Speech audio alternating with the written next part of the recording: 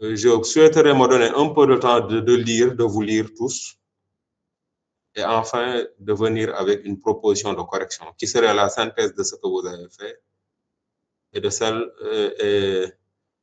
en fait et de ce que j'ai fait moi-même. Hein. Certains ont été très prolixes, ont beaucoup développé, d'autres ont été trop minimalistes. C'est pas mal, hein? Moi je m'attendais à des réponses très courtes, très simples, très directes. Mais c'est pas mal, hein? Je vois que franchement vous avez fait littéralement beaucoup de développement.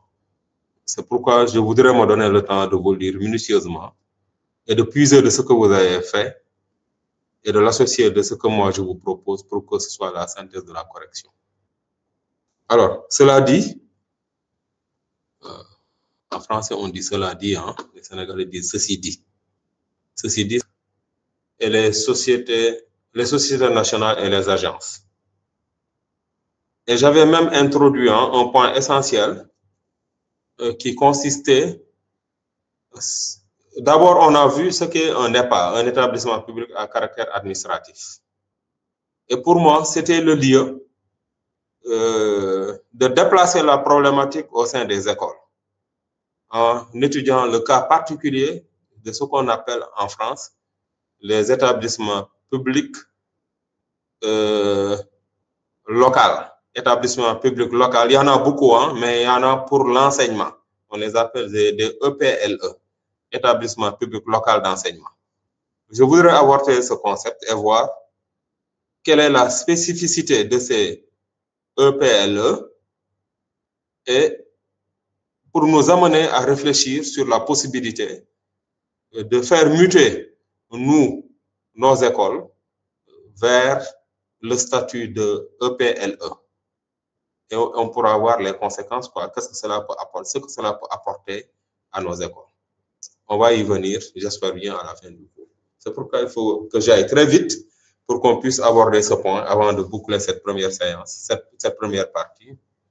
Alors, les institutions d'abord. Au Sénégal, les institutions sont le président de la République. On a 5 institutions. Le président de la République, la première institution, la clé de voûte des institutions, comme on dit. Il y a le gouvernement qui est érigé au rang d'institution. Je pense que ça l'était à la dernière révision de la Constitution pour un peu créer un équilibre entre le président de la République et le gouvernement. Le président a beaucoup de pouvoirs. On va voir tout à l'heure les pouvoirs très étendus, très larges du président de la République. Donc, en regard du président de la République, le gouvernement est une institution. Les parlements, je dis bien les parlements, parce qu'en fait, au Sénégal, en France, par exemple, on a l'Assemblée nationale et le Sénat, qui sont 2 parlements. Au Sénégal, les parlements sont l'Assemblée nationale. Et quel parlement encore on a au Sénégal? On n'a que l'Assemblée nationale. Le Sénat a été supprimé. Donc, on va dire le Parlement, s'agissant du Sénégal. Ah non, excusez-moi, hein, je déraille un peu. Les parlements sont l'Assemblée nationale. Il y a le Conseil. Non. Je perds les pédales. Hein. Le Parlement, c'est l'Assemblée nationale. Je confonds Parlement et institution consultative. Hein. Au Sénégal, on a un seul Parlement, c'est l'Assemblée nationale. Le Sénat a été supprimé. Voilà, pour que ce soit clair. Excusez-moi. Le pouvoir judiciaire, et à l'intérieur du pouvoir judiciaire, vous allez voir ces juridictions, ces hautes juridictions. Il y a le Conseil constitutionnel, la Cour suprême, la Cour des comptes, les cours et tribunaux. Et les institutions consultatives, qui sont également une institution. Par institution consultative, je veux dire la CSE, non, le CSE, CESE, c'est le Conseil économique, social et environnemental. Il y a également le Haut Conseil des collectivités territoriales, le HTTC. Ce sont là les institutions consultatives que j'avais tendance tout à l'heure à ranger au rang de Parlement. Donc, ils n'ont pas de pouvoir parlementaire, ils ne créent pas des lois, ils n'étudient pas des lois. Donc, ces conseils, ces institutions constitutionnelles sont purement consultatives. Hein. Alors, il y a eu un débat qui a eu lieu. Ce n'était même pas un débat. Je pense qu'il y avait une affaire judiciaire qui avait déféré un politique devant les enquêteurs. Je pense qu'il y avait un homme politique qui avait formulé ce qui était convenu d'appeler à l'époque des insanités à l'encontre de la gendarmerie. Et la gendarmerie avait porté plainte contre cet homme politique en précisant que cet homme politique avait insulté une institution, l'institution qu'aurait été la gendarmerie, l'armée si vous voulez. Et l'avocat de cet homme politique a vite démonté l'affaire en demandant à l'époque aux représentants de la gendarmerie et sur quoi ils se fondent pour dire que la gendarmerie et l'armée sont une institution. Alors que dans la constitution du Sénégal, il n'y a que ces 5 institutions qui sont citées. Donc l'armée n'est pas une institution. Moi-même, à l'époque, jusqu'à une époque récente, je croyais que l'armée était une institution. Mais l'armée ne l'est pas, la gendarmerie pas non plus. Donc voilà les institutions au Sénégal. Alors, le président de la République, on dit souvent qu'il est la clé de voûte des institutions. Ça, c'est une formule, une très belle formule qui résume tous les pouvoirs du président de la République qui avait été formulé par Michel Debré. Michel Debré, c'était le premier premier ministre du général de Gaulle. Et c'est lui qui a été à l'origine de la première constitution, pas de la première constitution, de la constitution de 1958. C'est lui qui a été le rédacteur principal de la première constitution. En fait, de la constitution de 1958. Donc, c'est lui qui est l'auteur de cette formule. Le président est la clé de voûte de toutes les institutions. Donc, il est au firmament des institutions. Il est élu au suffrage universel direct et au scrutin majoritaire. Vous savez mieux comment cela. Il est le gardien de la Constitution, chef de l'État et du pouvoir exécutif. La durée de son mandat est fixée par la Constitution ainsi que ses modalités de renouvellement, chose qui a créé beaucoup de problèmes au Sénégal, qui a fait les choux gras de la presse. Le président a des pouvoirs propres et des pouvoirs partagés. Le président exerce des pouvoirs qui lui sont propres, qu'il exerce de manière exclusive, mais il y a d'autres pouvoirs qu'il exerce et qu'il partage, par exemple, avec le Premier ministre. Donc, le président de la République nomme à toutes les fonctions civiles et militaires. Il nomme le Premier ministre, celui qui est le garant de la défense nationale, de la diplomatie. Ça sont des pouvoirs exclusifs du président de la République. Et d'autres qu'il partage avec le Premier ministre. Par exemple, les délibérations issues du Conseil des ministres font l'objet, ils sont issus d'un pouvoir partagé entre le président de la République et le Premier ministre qui co-signe les décrets, par exemple. Il y a la contre-signature du Premier ministre sur les décrets. Là aussi, quand le poste de Premier ministre avait été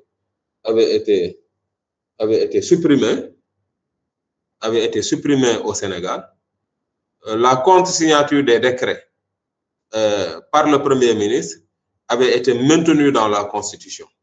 C'est la raison pour laquelle, je ne sais pas si vous lisiez souvent professeur Ngouda Mboup, il persistait à dire que les décrets signés par le président de la République sont des décrets qui étaient nuls et de nul effet.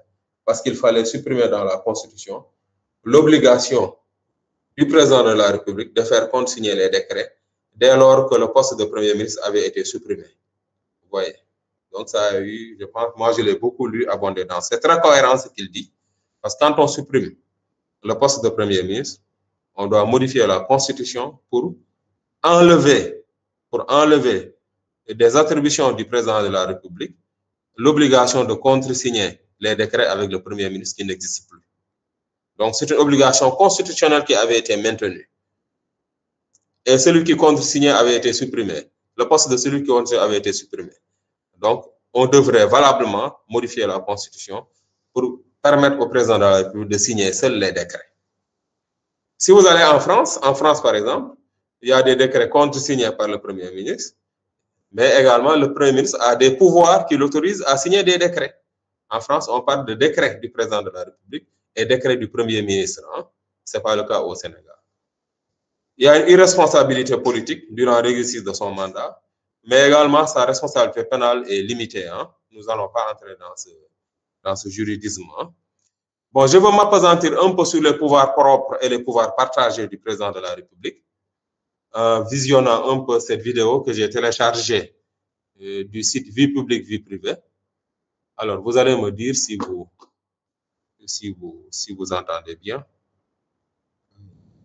Vous pouvez prendre note en même temps. Hein. Je pense que c'est ce qu'on appelle, ce qui est convenu d'appeler vidéo animée. Hein. C'est une vidéo dans laquelle il y a des écritures. Il n'y a pas de voix, mais des écritures. Donc, il vous est loisible, à la façon dont les écritures sont déroulées, il vous est tout à fait loisible de prendre note. Hein. Mais je vous enverrai également la vidéo par WhatsApp. Hein. Alors, on y va. Si vous n'entendez pas, vous me dites. Hein. Ah, il n'y a pas de son. Attendez.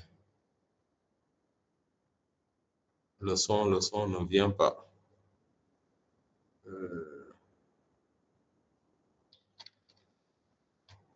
Le son ne vient pas.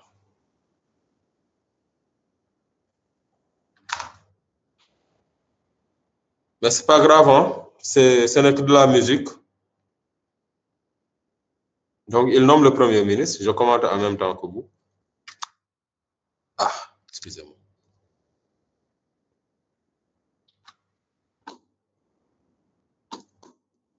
Pourquoi le son ne vient pas? Bon, alors, on peut le voir directement dans le site, hein? Le site Vie publique, vie privée. Voilà. Je vais repartager mon écran. Est-ce que vous voyez mon écran? Je suis dans le site Vie privée, vie publique. Viepublique.fr. Dites-moi. C'est votre photo qui est affichée. Ah, d'accord, ok. D'accord. Alors, je vais faire ceci. Alors, arrêtez le partage.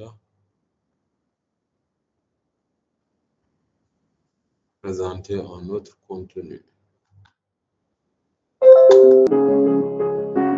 Dites-moi, vous voyez la vidéo déroulée? Oui, c'est bon. Oui, c'est bon, ça marche. Comment? C'est bon, c'est bon. C'est parfait. Oui, c'est bon, oui, ça marche.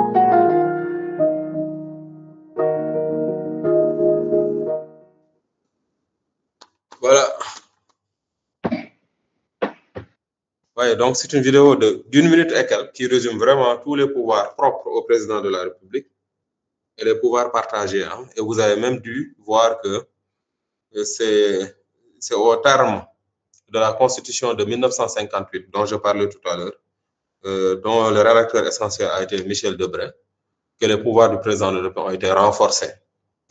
Également d'autres partagés. Hein. Vous pouvez reparcourir la vidéo, je vais vous l'envoyer.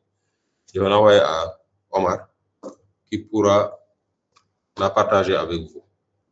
Voilà donc, s'agissant du président de la République, je suis obligé d'aller vite maintenant.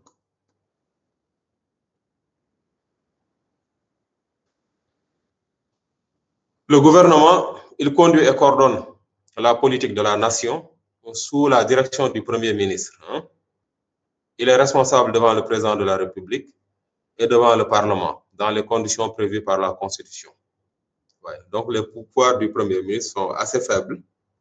Bon, pas assez faibles, mais au Sénégal, en tout cas, au Sénégal, je pense que même le président Diomaye le disait lors de sa conférence de presse,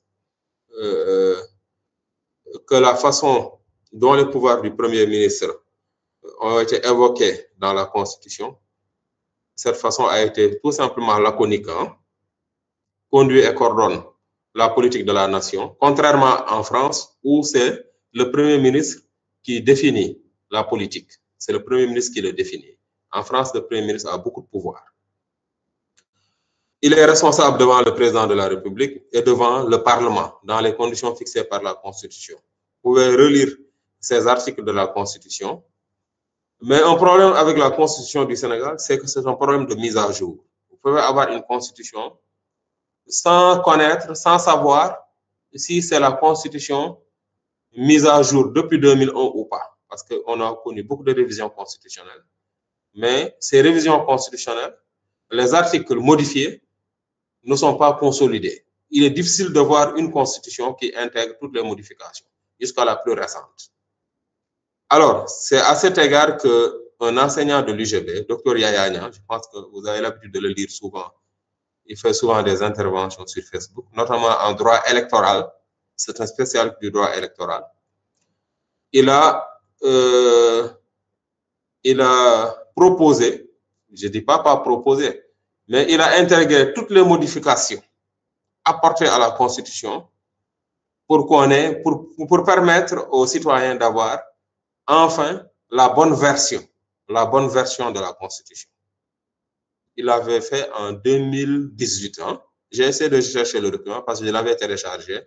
Je l'ai effectivement. Je vais vous l'envoyer pour que vous ayez le bon document de la Constitution. En tout cas, qui intègre les révisions constitutionnelles qui ont été faites durant ces derniers temps.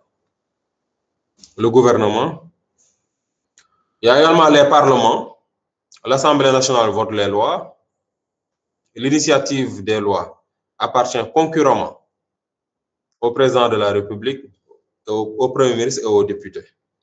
Donc, je vais changer pour mettre ici le Parlement.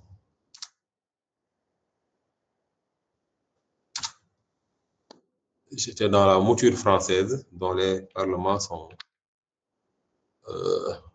l'Assemblée nationale et le Sénat.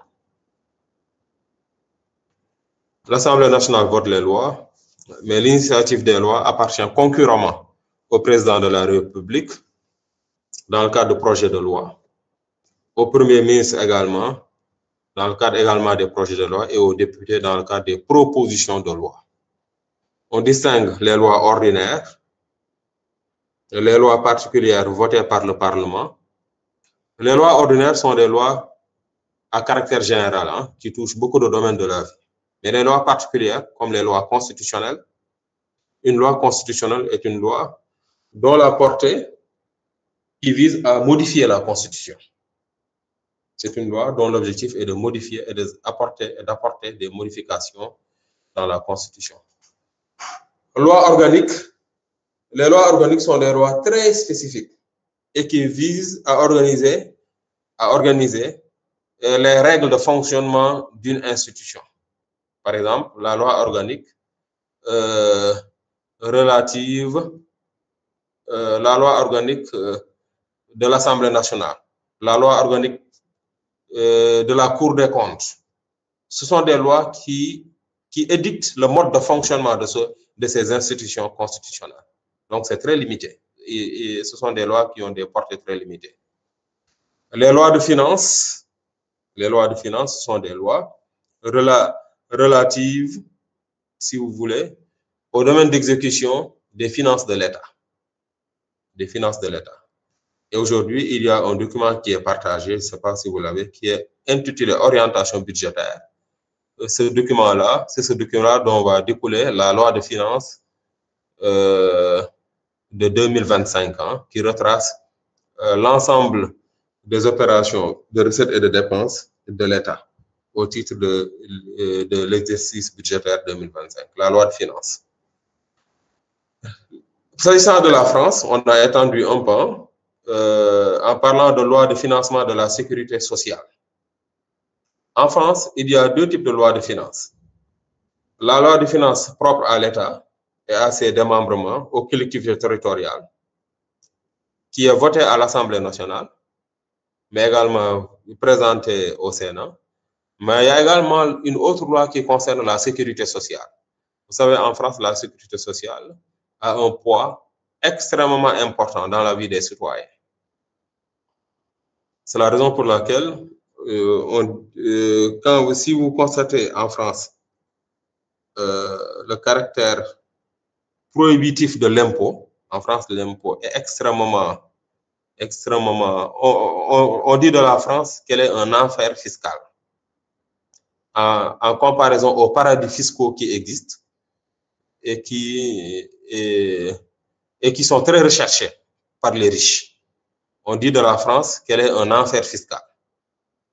Mais la contrepartie de cet enfer fiscal, c'est qu'il y a un système de sécurité sociale extrêmement solide. Vous pouvez vous soigner, ou même si vous ne travaillez pas, vous avez des revenus, etc., etc. Donc, il y a une loi propre à la sécurité sociale. Et il est envisagé même en France qu'il y ait une autre forme de loi de finances, mais qui serait applicable uniquement aux collectivités territoriales. En fait, une loi qui serait appelée loi de financement des collectivités territoriales. Je pense que c'est même une proposition de la Cour des comptes.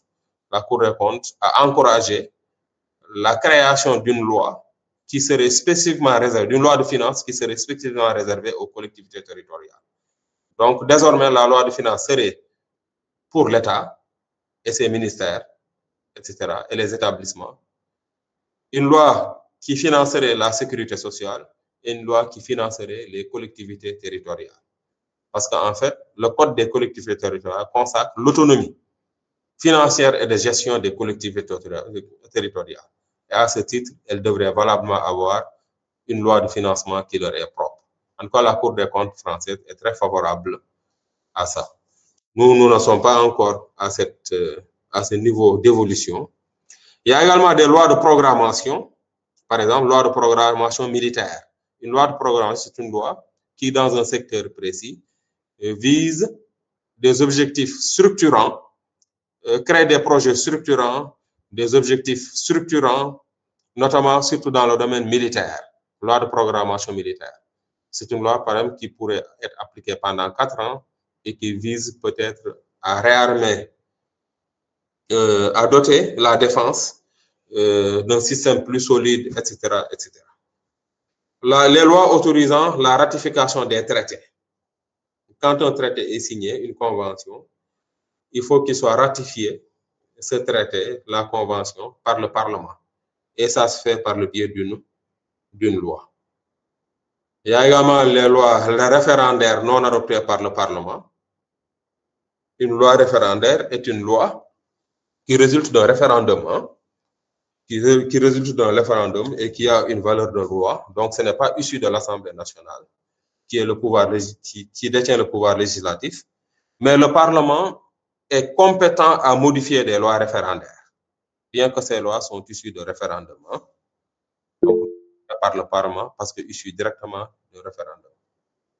Les lois d'habilitation, ce sont des lois qui autorisent le président de la République à gouverner par ordonnance.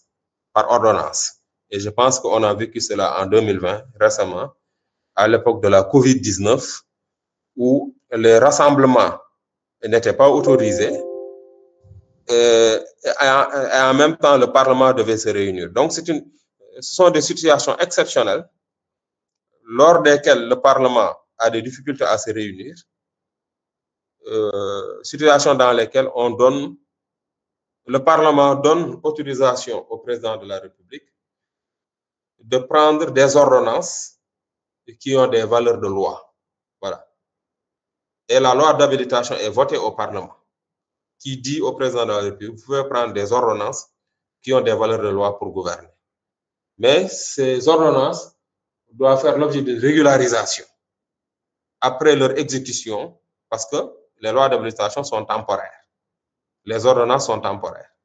Ces ordonnances doivent être déférées au Parlement après leur exécution pour une régularisation, chose qui ne se fait presque jamais au Sénégal. Et je pense qu'à l'époque, c'est ce que dénonçait le président Sonko quand il refusait de voter la loi d'habilitation.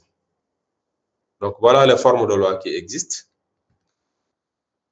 Le pouvoir judiciaire est gardien des droits et libertés définis par la Constitution et la loi. Il est indépendant du pouvoir législatif et du pouvoir exécutif. Je pense qu'une grande réforme est en vue au Sénégal pour renforcer cette indépendance du pouvoir judiciaire.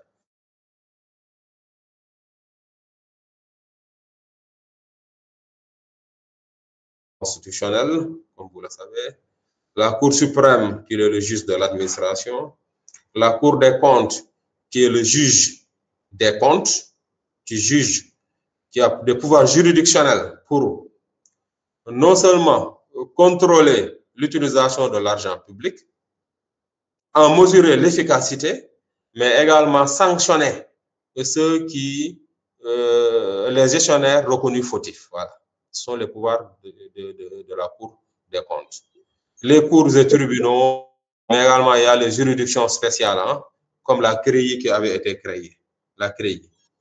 Alors, il y a eu un débat, hein, il y a eu un débat constant entre la Cour des comptes et l'IGE, hein, sur leur pouvoir, hein, sur le pouvoir de ces deux institutions supérieures de contrôle. C'est comme ça qu'on les appelle. Hein. La Cour des comptes est une institution supérieure de contrôle. L'inspection générale d'État également est une institution supérieure de contrôle. Mais il y a un livre, hein, je vais même vous montrer ce livre, le livre de Johane, dans lequel il fait un long développement sur la comparaison entre la Cour des comptes et l'IGE. Mais il finit par dire qu'ils sont tous les deux des institutions supérieures de contrôle.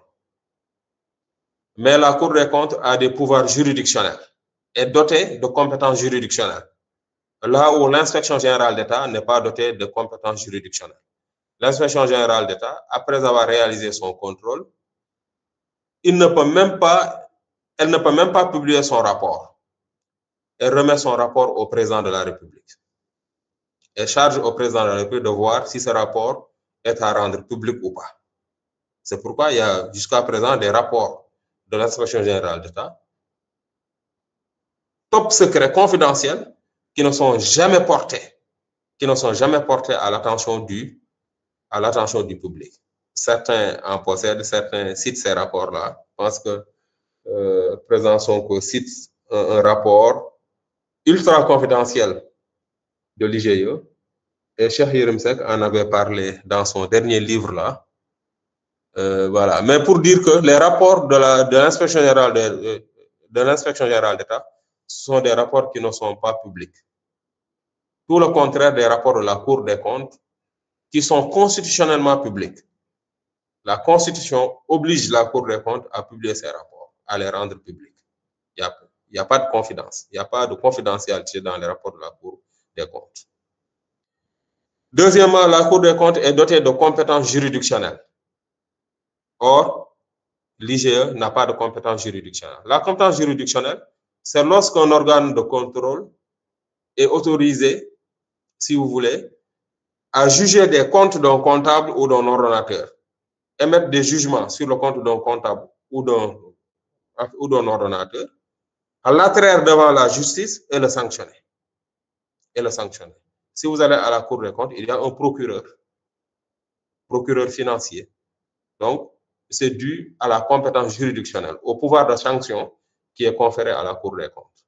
Pouvoir que n'a pas, encore une fois, l'instruction générale d'État. Donc, je vais vous montrer la couverture du livre de Johane. Certains peut-être longs.